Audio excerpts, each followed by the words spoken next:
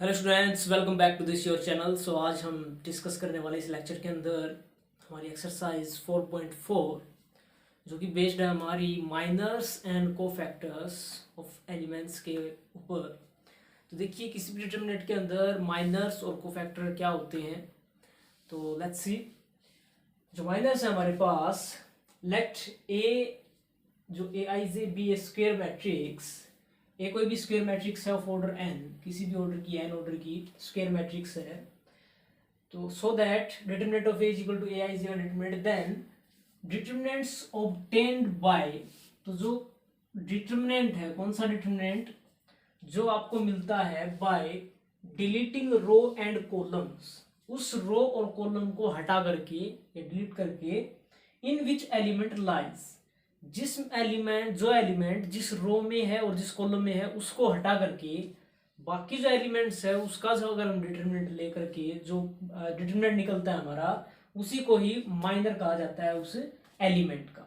तो एलिमेंट का माइनर होता है। तो इसके मतलब अगर मैट्रिक्स में जितने भी एलिमेंट हैं एन क्रॉस एन टाइप से जो मैट्रिक्स हमारी, तो जितने भी एलिमेंट्स होंगे हमारे उनका सबका माइनर अलग अलग निकलेगा। किस तरीके से है ये मैं आपको बता देता हूँ, देख लीजिए। मान लीजिए हमारे पास 3x3 की मैट्रिक्स है, ये A11, ये A12, ये A13, 21, 22, 23, 31, 32, 33, ये हमारे पास 3x3 का डिटरमिनेंट है। तो मान लीजिए मुझे इसका अगर माइनर निकालना हो, इस एलिमेंट का अगर हमें माइनर पता करना हो, सभी एलिमेंट्स का अलग अलग माइनर निकल सकता है।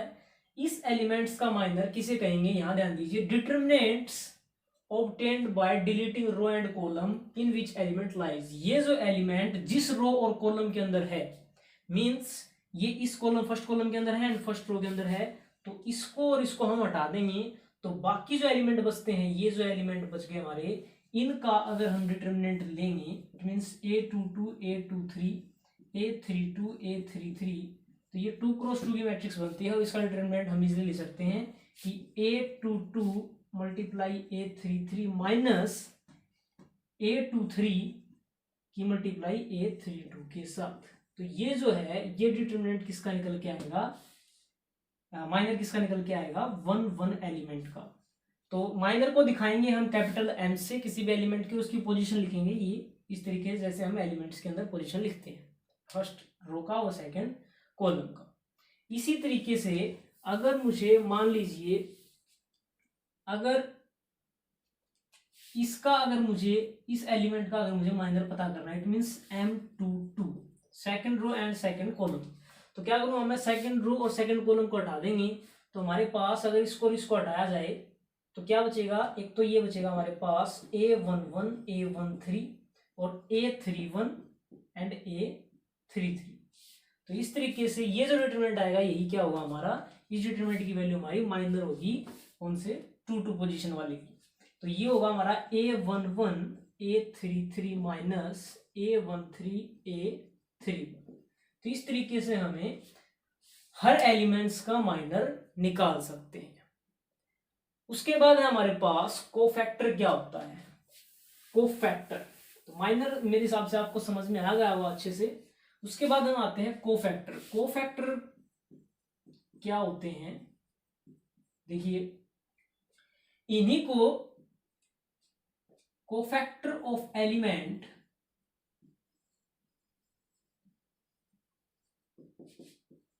is the minor of that element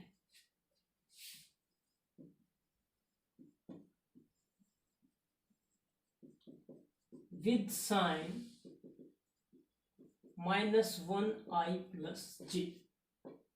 देखिए क्या है कि जो कोफैक्टर है किसी भी एलिमेंट का, वो एक्चुअली जो माइनर है वही है। माइनर और कोफैक्टर में एक वैल्यू के अंदर कोई डिफरेंस नहीं है, सिर्फ साइन के अंदर डिफरेंस है कि कोफैक्टर के अंदर जो माइनर है वही वैल्यू रहेगी लेकिन इस साइन के साथ। मींस अगर मैं A11, किसी भी कोफैक्टर को हम दिखाएंगे A से, ना कि C से। कहीं ये सोचें कि माइनर को M से दिखाया है तो कोफैक्टर को C से दिखाया, नहीं, आप कोफैक्टर को दिखाएंगे कैपिटल A से। तो A11 इज इक्वल टू, वो क्या है, माइनर ही है 1 1 पोजीशन का, बट विद आई प्लस जे। आई मतलब ये आई रिप्रेजेंट कर रहा है रो नंबर को और जे रिप्रेजेंट कर रहा है कॉलम नंबर को। इट मीन्स यहाँ रो नंबर 1 है और कॉलम नंबर भी 1 है, तो 1 + 1 ये हो जाएगा -1 का स्क्वायर, जो कि रहेगा पॉजिटिव। तो कहने का मतलब अगर रो नंबर और कॉलम नंबर का जो सम है अगर वो ओड रहता है तो माइनर की वैल्यू नेगेटिव, वही हमारा कोफैक्टर बन जाएगा। और अगर इवन रहता है तो -1 की पावर इवन पॉजिटिव रहेगा, तो वह माइनर की वैल्यू और कोफैक्टर की वैल्यू सेम रहती है। तो माइनर और कोफैक्टर में बस यही डिफरेंस है कि साइन जो है वो किस तरीके से आएगा, -1 की पावर i + j के साथ। तो आइए देखिए इनको क्वेश्चंस के अंदर हम जब इम्प्लीमेंट करेंगे तो देखिए ये किस तरीके से काम करते हैं।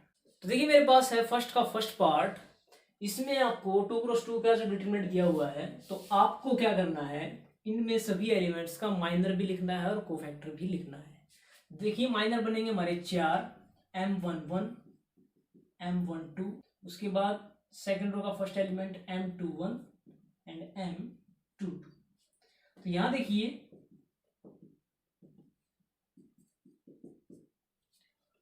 M11 M2, तो यहां देखिए M11 इस एलिमेंट्स का माइनर, देखिए इसको छोड़ देंगे तो सिर्फ बचेगा हमारे पास 3, तो ये रहेगा हमारे पास डायरेक्ट 3, इसका डिटरमिनेंट हमारा आ जाएगा 3।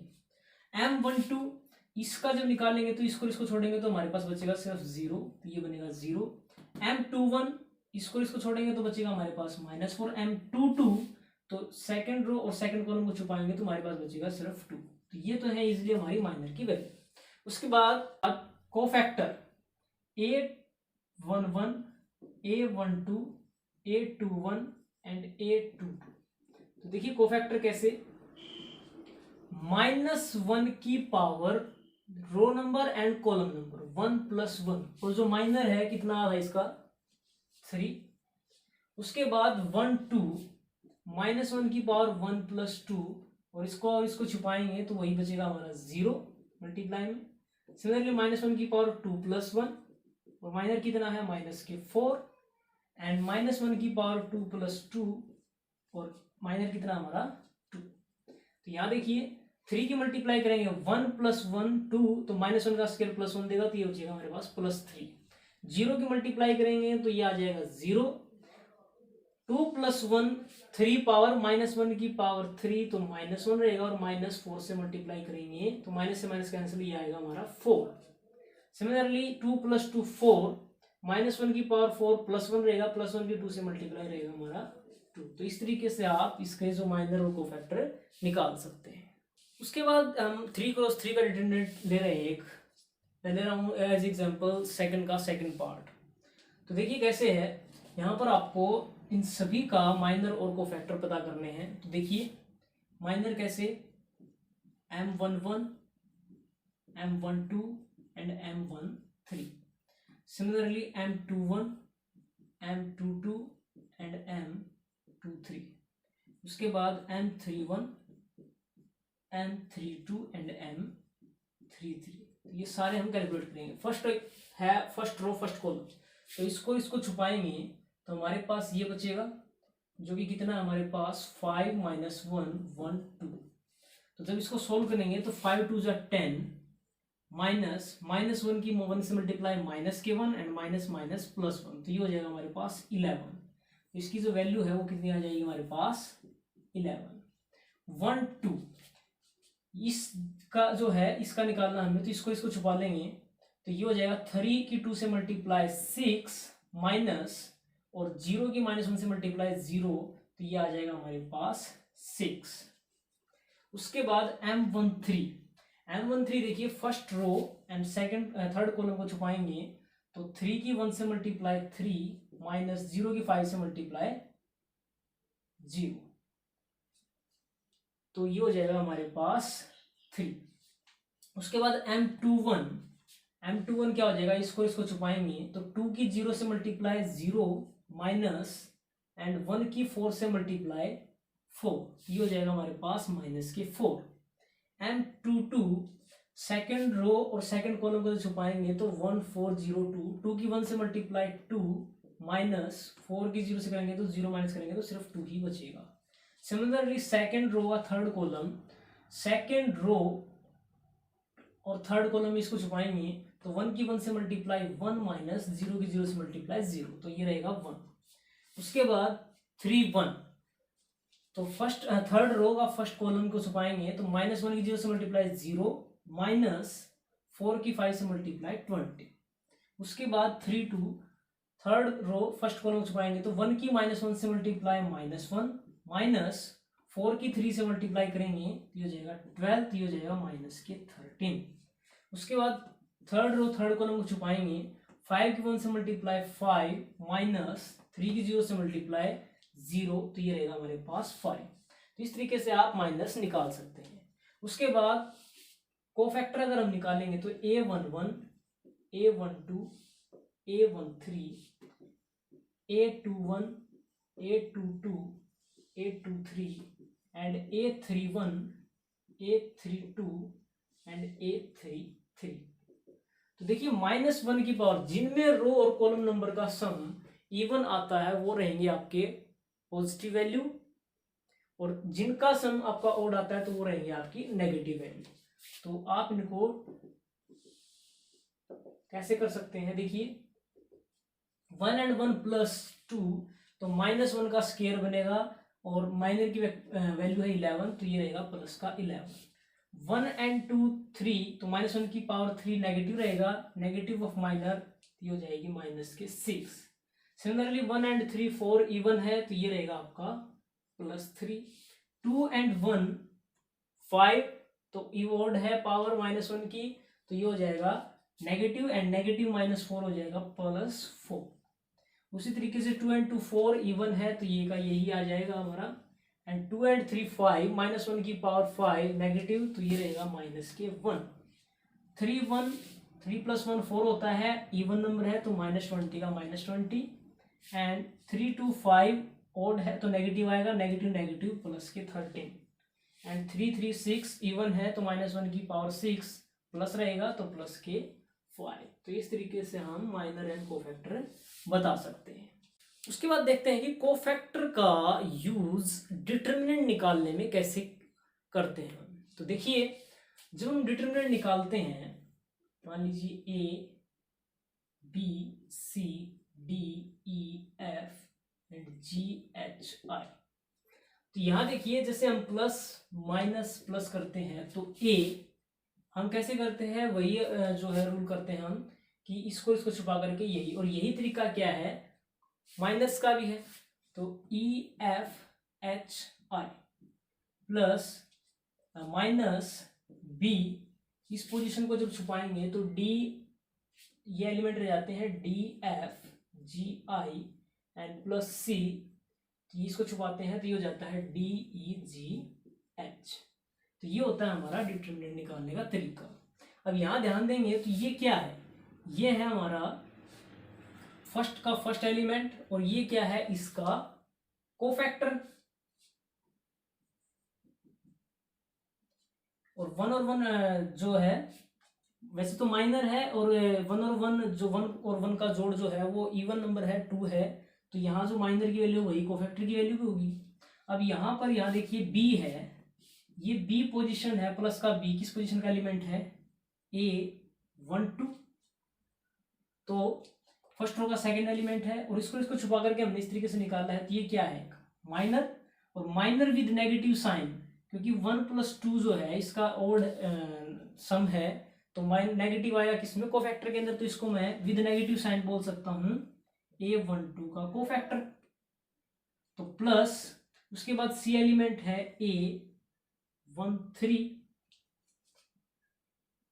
फर्स्ट रो का थर्ड एलिमेंट, और ये जो है ये कोफैक्टर बनेगा किसका आपका A13 का।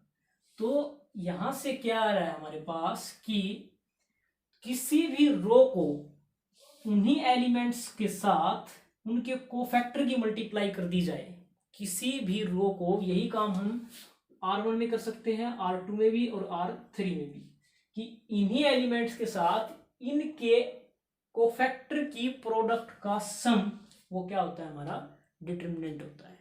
ओके, और एक रिजल्ट और है हमारे पास कि अगर आपने एक रो ले ली और किसी दूसरी रो के कोफैक्टर से अगर आपने इनकी मल्टीप्लाई करके प्लस किया तो वो हमेशा आपको 0 मिलेगा। मीन्स आपने एलिमेंट लिए किसी रो के और कोफैक्टर लिए किसी और रो के और फिर मल्टीप्लाई करके ऐड करने की कोशिश की तो आपका आंसर हमेशा 0 मिलेगा। और अगर उसी रो के एलिमेंट के कोफैक्टर के साथ मल्टीप्लाई करके अगर आप ऐड करेंगे तो हमें क्या मिलेगा, डिटरमिनेंट मिलेगा। तो ये आप ध्यान रखेंगे और इनका हम यूज भी क्वेश्चंस में करेंगे। तो थर्ड क्वेश्चन है जो हमें किस तरीके से करना है कि आपको ये डिटरमिनेंट्स निकालनी है और using cofactor of elements of second row. आपको जो सेकंड रो है इसके कोफैक्टर का यूज करके आपको डिटरमिनेंट निकालना है। तो अभी हमने सीखा था क्या कि किसी भी रो को उसी के कोफैक्टर के साथ अगर मल्टीप्लाई करके ऐड कर दें उनके एलिमेंट्स को तो वो क्या देंगे, हमें डिटरमिनेंट की वैल्यू देंगे। तो यहाँ देखिए R2 में जो है मैं पहले निकाल लेता हूँ। देखिए A जो 21 है वो 2 है मेरा जो एलिमेंट है, A22 है वो 0 है और सेकंड रो का थर्ड एलिमेंट कितना है मेरा 1 है। तो यहाँ पर कोफैक्टर निकाल लेते हैं। फैक्टर निकालते हैं A21 -1 की पावर 2 + 1 करेंगे और सेकंड रो का फर्स्ट एलिमेंट इसको छुपाएंगे तो ये बनेगा 3823। तो 3 3 = 9 माइनस के 2 8 = 16। उसके बाद A22 तो -1 की पावर 2 + 2। यहाँ देखिए सेकंड रो इसको सेकंड कॉलम को छुपाएंगे तो 5 3 = 15 माइनस के 8 की 1 से मल्टीप्लाई 8। उसके बाद A23 सेकंड रो के थर्ड कॉलम को छुपाएंगे तो 5 2 = 10 माइनस एंड 3 की 1 से मल्टीप्लाई 3। तो 2 + 1 -1 की पावर 3 माइनस रहेगा एंड 9 - 16 तो ये रहेगा हमारे पास 7, वो भी माइनस के, तो माइनस माइनस +7। उसके बाद 15 2 की +2 4 -1 की पावर 4 प्लस का आंसर देगा तो 15 - 8 ये रहेंगे हमारे पास 7 और 10 - के 3 ये रहेगा 7 -1 की पावर 5 ओड नंबर है तो ये रहेगा -7।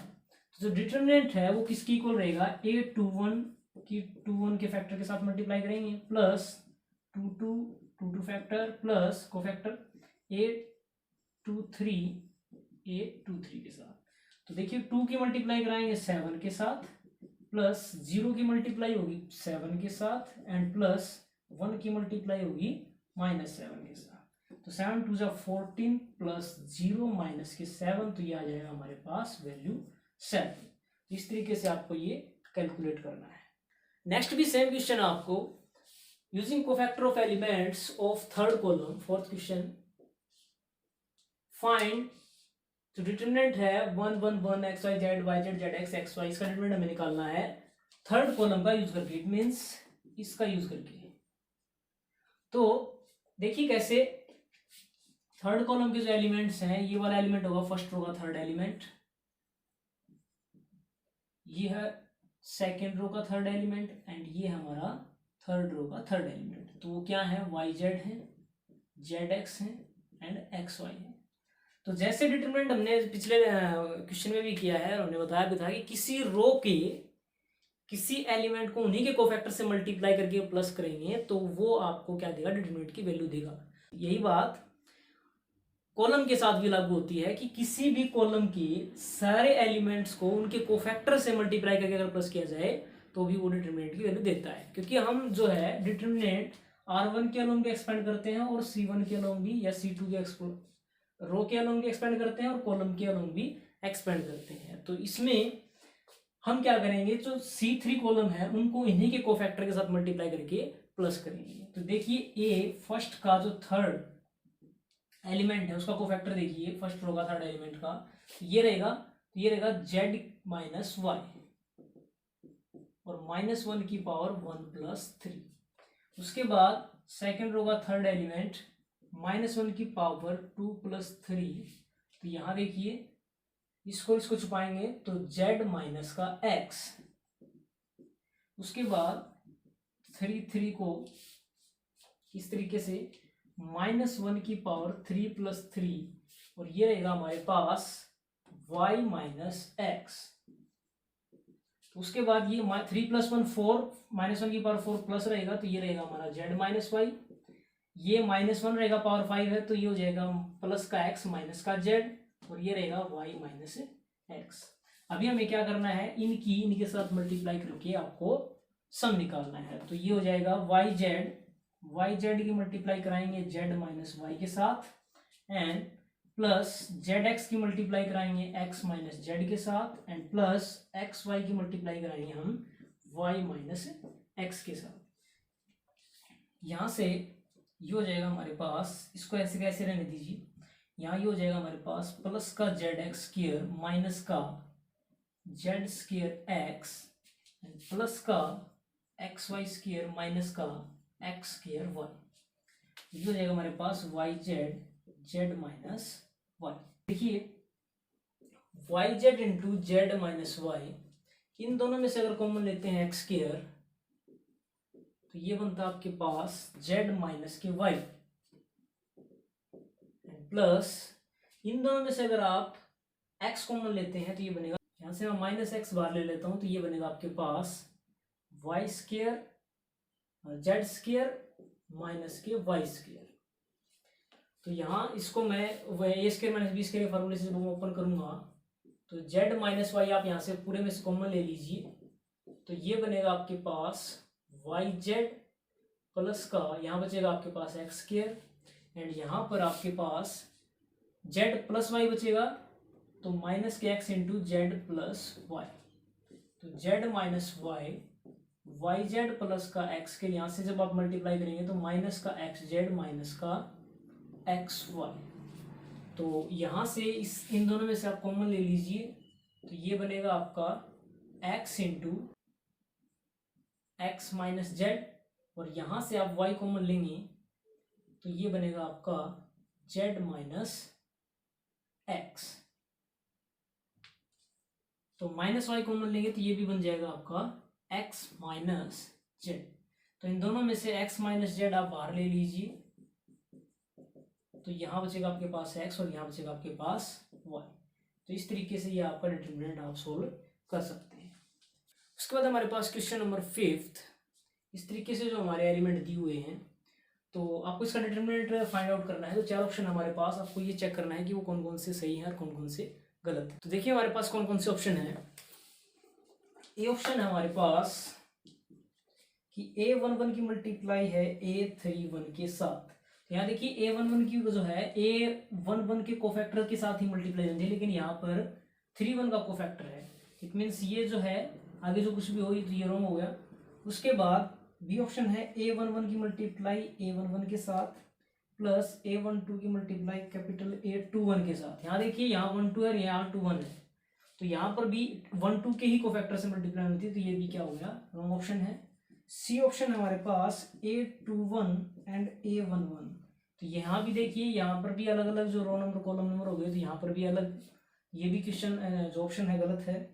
तो एक ही ऑप्शन बचता है हमारे पास डी ऑप्शन, A11 की A11 कोफैक्टर के साथ, A21 की A21 के कोफैक्टर के साथ, एंड A31 की A31 के कोफैक्टर के साथ मल्टीप्लाई। तो यही ऑप्शन क्या है हमारा सही है, तो यही देगा हमें डिटरमिनेंट की वैल्यू।